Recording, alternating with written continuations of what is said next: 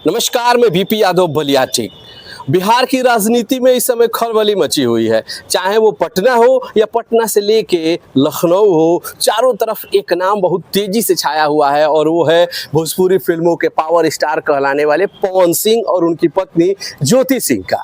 लगातार कभी ज्योति मीडिया के सामने आ रही हैं तो कभी पवन आ रहे हैं, और इससे पहले लगातार पवन सिंह की ट्रोलिंग भी हो रही थी कि पवन सिंह के घर जब ज्योति सिंह गई हुई थी लखनऊ में, बाकायदा पोस्ट डाल के कि मैं पवन सिंह के घर पे जा रही हूँ, और वहाँ से जब वो लाइव वीडियो की थी, बिलख बिलख के रो रही थी, तड़प तड़प के रो रही थी, तो पवन सिंह की काफ़ी फजीहत हो रही थी। उससे पहले अगर थोड़ा सा बैक में जाया जाए तो पवन सिंह की फजीहत उस मुद्दे को भी लेकर हो रही थी जब वो उपेंद्र कुशवाहा, जिनके खिलाफ 2,74,000 वोट उनको मिले थे, और उन्हें उपेंद्र कुशवाहा के जाकर के चौड़ों में वो गिर गए, और उसके बाद वाया उपेंद्र कुशवाहा स्ट्राइक करके, सर्जिकल स्ट्राइक करके उनको भाजपा में लाया जाता है। विपक्ष उन पे हमलावर हो गया, उनके चाहने वाले हमलावर हो गए, वो लोग भी हमलावर हो गए जो उनका प्रचार करने गए थे, चाहे वो खेसारी लाल यादव हो या रितेश मिश्रा, जो लगातार रह करके लोकसभा चुनाव में उनका प्रचार किए थे। वो हालांकि अब रितेश मिश्रा जनसुराज में है। पवन सिंह अभी प्रेस कॉन्फ्रेंस एक दिन पहले किए थे। सुबह में पवन सिंह का प्रेस कॉन्फ्रेंस होता है और वो तमाम आरोप लगाते हैं कि ज्योति चाहती हैं कि वो विधायक बने। वो हमसे कहती हैं कि विधायक बनने, हम विधायक बना दीजिए, हमें टिकट दिलवा दीजिए। फिर वो जिक्र करते हैं कि हमारा भी मन करता है कि हम घर जाएं और हमारा बेटा बेटी पत्नी दरवाज़ा खोले, लेकिन नहीं ऐसा हो पाया है। और किसका मन नहीं करता है कि वो घर जाए। इस तमाम मुद्दे पे बात करने के लिए हमारे साथ शिव पांडे जी हैं, वरिष्ठ पत्रकार, और शीतला प्रसाद तिवारी जी हैं, जो इस पूरे मुद्दे की तह तक जाएंगे और एक एक पॉइंट से किसका क्या पक्ष है उसकी बात रखेंगे, और आप लोगों को पूरे इस घटनाक्रम से, इस पूरे वाकये से पर्दा उठा करके एक एक चीज बताएंगे। तिवारी जी, क्या कुछ कहेंगे इस पूरे घटनाक्रम के बारे में? बीपी भाई और पांडे जी हमारे साथ हैं। दर्शकों, सबसे पहले तो मैं आपको यह बता दूं कि पवन सिंह ने लाइव आकर के और उन्होंने साफ तौर पे बताया कि हम जो है अमित शाह से मिले, जेपी नड्डा से मिले। लाइव नहीं, बाकायदा उन्होंने प्रेस को संबोधित जी प्रेस को भी बताया उन्होंने। अपने लाइव में जो कुछ भी उनके साथ था उन्होंने सब कुछ जो है क्लियर कर दिया। अब समस्या इसमें बीपी भाई ये है कि क्या इसके पहले भी तो ज्योति कर सकती थी, 2-4 महीने पहले भी यह सब कुछ कर सकती थी। भाई अगर वहाँ कहीं संदेह वो रख रहे हैं कि आखिर चुनाव, बिहार चुनाव के ठीक जो है, अब करीब करीब कितना दिन चुनाव है, 1 महीने चुनाव होगा, क्यों पांडे जी? कल से पर्चा दाखिला है। तो करीब करीब 1 महीने पहले, और इस वक्त जब चुनाव का स्थिति आया, तो ऐसा ज्योति जी ने क्यों किया? इसके पहले भी तो कर सकती थी। अब ज्योति जी वहां पहुंचना, उसके बाद फिर वहां पुलिस का फिर यह कहना, यानी कहीं ना कहीं यह जो है कुछ संदेहात्मक तो लग रहा है पांडे जी। तो इस समय ज्योति सिंह और पवन सिंह की बातें जोरों पर चल रही हैं, चारों तरफ चर्चा है। अभी तक चर्चाएं ये थी कि पवन सिंह आरा से चुनाव लड़ने वाले हैं, लेकिन अचानक से ज्योति सिंह का उनके घर पहुंचना, लखनऊ में जाना और वहां से वीडियो अपनी लाइव करना, अपनी वीडियो वायरल करना, कहीं ना कहीं ये जो सिनेरियो है, ये सिनेरियो किसी दूसरी तरफ इशारा कर रहा है और ये बताने की कोशिश कर रहा है कि अब शायद चीज़ें बदल रही हैं, डायरेक्शन बदल रहा है, और हो सकता है आने वाले समय में कुछ और दिखाई पड़े। क्योंकि जिस उपेंद्र कुशवाहा की बात की जा रही है, जिनके खिलाफ पवन सिंह ने 2,74,000 से ज़्यादा वोट पाए थे, और ये कहा जा रहा था कि इस बार अब आरा से उनको टिकट मिलने वाला है, वो आरा से चुनाव लड़ने जा रहे हैं, लेकिन अचानक से ज्योति सिंह का ये मामला तूल पकड़ता है और अब संभावनाएं कुछ और ही दिखाई दे रही हैं। ये कहा जा रहा है, लोग अलग अलग बातें कर रहे हैं कि हो सकता है आने वाले समय में उनका चुनाव लड़ना कैंसिल हो जाए। फिलहाल ये अलग बात है कि चुनाव लड़ना कैंसिल होगा या नहीं होगा, लेकिन पवन सिंह की जो बात है और ज्योति सिंह की जो बात है वो चर्चा में इसलिए भी है क्योंकि दोनों एक दूसरे पर आरोप लगा रहे हैं। एक तरफ इनका मामला कोर्ट में है, तलाक की अर्जी दाखिल हो चुकी है, लेकिन अभी तक उस पर कोई फैसला नहीं आया है। अब ज्योति सिंह कहती हैं कि हम अपने पति के घर आए थे और इसीलिए उन्हें कोई रोक नहीं सकता। वहीं पुलिस जो कि आई हुई थी ज्योति सिंह को लेने के लिए, जो थाने में उनको ले जाना चाह रही थी, उनका कहना ये था कि जब आपका मामला कोर्ट में है तो आपका वहाँ जाना उचित नहीं है। फिलहाल इन सब चीज़ों पर हम और डिटेल में जाना चाहेंगे, बीपी यादव जी के साथ में बात करना चाहेंगे कि आखिर इनका क्या मानना है कि जो चीज़ें हो रही हैं क्या ये राजनीतिक हैं या ये सामान्य एक जो पति पत्नी का झगड़ा है वही है। लेकिन चूंकि मामला जो सामने आ रहा है वो पति पत्नी से अलग कुछ दिखाई दे रहा है। सभी तिवारी जी ने भी कहा था कि मामला कुछ संदेहास्पद है, मामला कुछ राजनीतिक लग रहा है। तो इस पर बीपी यादव जी जानते हैं कि आखिर इनका क्या मानना है, इनका क्या कहना है। देखिए शिव भाई, पूरे के पूरे मामले को मैं थोड़ा सा तफसील से बताना चाहूँगा अपने दर्शकों को। जो लोग इस पर नहीं ध्यान दिए होंगे वो फिर से समझ जाएं। पवन सिंह भोजपुरी के सिंगर हैं, गायकी से वो फिल्मों में आए वाया एल्बम। उसके बाद पवन सिंह का जो स्वभाव है वो किसी से छिपा नहीं है। सोशल मीडिया पे कहीं भी आप पवन सिंह को उठा करके देख लीजिए। पवन सिंह रंगीन मिजाजी के लिए जाने जाते हैं, पवन सिंह अपनी छिछोरी हरकतों के लिए भी जाने जाते हैं, और पवन सिंह को तो बिहार के लोग ढोड़ी चटना तक कहते हैं। तब इसी समझ जाइए पवन सिंह अभी कुछ ही दिन पहले विवादों में आए हुए थे, जब एक हरियाणवी एक्टर लखनऊ में उन्होंने खोद रहे थे, वो बैड टच कर रहे थे। अब ये समझ जाइए कि काफी बवेला मचा हुआ था। इससे पहले वो अक्षरा के साथ संबंधों को लेकर के रह चुके हैं। अक्षरा क्या क्या नहीं कर चुकी है, या स्टेज पे कितनी अश्लील हरकतें कर चुके हैं, ये सभी लोग जानते हैं। और पवन सिंह के बारे में कितनी लड़कियों, कितनी एक्ट्रेस ने क्या कुछ कहा, ये सभी लोग जानते हैं। पवन सिंह की पहले शादी हुई थी नीलम सिंह के साथ, और नीलम सिंह को लेकर उनके छोटे भाई ऋतिक की ऑडियो आज भी सोशल मीडिया प्लेटफॉर्म पर मौजूद है, जिसमें वो कहते हैं, अपने भाई को गरिया रहे हैं और कहते हैं कि किस कदर से ये व्यक्ति है। ठीक है, वो नीलम सिंह इन्हीं की हरकतों से ऊब करके 3 महीने में ही मात्र शादी के आत्महत्या कर लेती हैं। पवन सिंह बिल्कुल नहीं बदलते हैं। अभी हम ज्योति सिंह पर आ रहे हैं। उसके बाद पवन सिंह के नाम जुड़ना शुरू हो जाता है अक्षरा के साथ रहना, ये करना वो करना। फिर अक्षरा भी मीडिया में आती हैं, वो बताती हैं कि किस तरह से पवन सिंह ने अक्षरा का एबॉर्शन करवाया, अक्षरा को पीटते थे, मारते थे। इसी बीच पवन सिंह की शादी बलिया की रहने वाली ज्योति सिंह से हो जाती है। उनके चचा जीत सिंह की और उनकी माँ की मर्जी से हुई। सभी लोगों ने लड़की को देखा, पसंद किया, शादी हुई। बकौल मैं स्वयं जानता हूं, उनके पिता को मैं पर्सनली तौर पे भी जानता हूं, उस परिवार को मैं जानता भी हूं। खैर, इस बात से उसका कोई मतलब नहीं है। उसके बाद पवन सिंह शादी के कुछ दिनों बाद 2 साल के अंदर ही जैसे तैसे मामला चला। 2 साल के अंदर ही पवन सिंह खुद आरा कोर्ट में एक फाइल करते हैं पिटीशन, जिसमें वो डाइवोर्स की मांग करते हैं। किससे? ज्योति से। याद रखिएगा, ज्योति ने नहीं मांगा था, पवन सिंह ने मांगा था। ठीक, उसके बाद ये मामला चल रहा था, कोर्ट में चल रहा था। बलिया में भी मुकदमा दर्ज हो गया था, डाउरी और अन्य चीजों को लेकर के मामला दर्ज हुआ। मामला चलता रहा। उसी के बाद आ गया 2024 में लोकसभा चुनाव। पवन सिंह बार बार ज्योति के घर जाते हैं, ज्योति के पिता से बात करते हैं, तमाम बातें होती हैं। फिर से ज्योति से माफ़ी मांगते हैं, ज्योति को बुलाया जाता है। यही पवन सिंह भरे स्टेज में सोशल मीडिया प्लेटफॉर्म पर, न्यूज़ चैनल्स पर ये वीडियो उपलब्ध है, जिसमें वो अपनी पत्नी को सीमांग में सिंदूर भरते हैं और कहते हैं कि अचरा फैला के लोगों से वोट मांगा, लोग अचरा त्योहार भर दिए, हम जीत जाए। ऐसे ऐसे नंगे पैर वो लड़की, सपोज कीजिए वो लड़की कितनी बड़े दिल वाली होगी, जो पवन सिंह जैसे व्यक्ति को, पवन सिंह जैसे ठरकी जिसको कहा जाए, जो अनपढ़ गंवार व्यक्ति है, जो खुद कहता है कि मैं 5वीं तक पढ़ा हूँ, ऐसे व्यक्ति को माफ करके एक पढ़ी लिखी लड़की वापस आती है, दोबारा भरोसा करती है। और वो व्यक्ति जब चुनाव खत्म होता है, जैसे ही वो हार जाता है, तो उसको छोड़कर वहाँ से फुर हो जाता है। 20 दिन फिर अपने साथ रहता है। पूरे चुनाव में पति पत्नी की तरह वो लोग रहते हैं, जैसे पति पत्नी रहते हैं उस तरह से रहते हैं। और जब चुनाव हार जाता है वो व्यक्ति, तो पत्नी को छोड़ करके फिर अपनी रंगीन दुनिया में चले आते हैं। उसके बाद लगातार वो कोशिश करती रहती है कि उन लोगों से बात करे, मिले।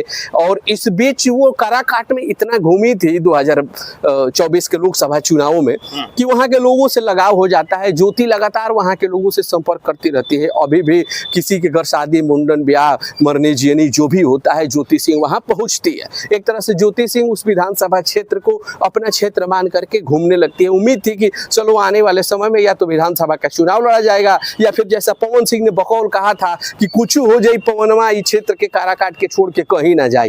लेकिन पवनवा गायब हो गया, ज्योति वहीं पर टिकी रही। और अब जब पवन वापस चले गए उसी भारतीय जनता पार्टी में, उसके बाद ज्योति बार बार सोशल मीडिया, आप भी देखते हैं, हम भी देखते हैं, और हमारे दर्शक भी सोशल मीडिया देखते हैं, सोशल मीडिया पे रिक्वेस्ट करती रही कि पवन जी हमसे मिलिए, हमारा फ़ोन उठाइए, बात कीजिए। न घर के न कोई, ये मामला चलता रहा। उसके बाद सुधीर सिंह हैं, बिहार के काफ़ी चर्चित नाम, उन्होंने कहा कि तुम चलो लखनऊ, हम लोग 10,000 लोग आते हैं, पवन क्यों नहीं रखेंगे। ऐसी तमाम बातें होती हैं, पोस्ट डाल के ये आती हैं उस सोसाइटी में। फिर वहाँ पर आने जाने में जो भी मामला होता है, पवन सिंह घर पे रहते हैं, कुछ देर 10-15 मिनट बातें होती हैं, पवन सिंह निकल जाते हैं।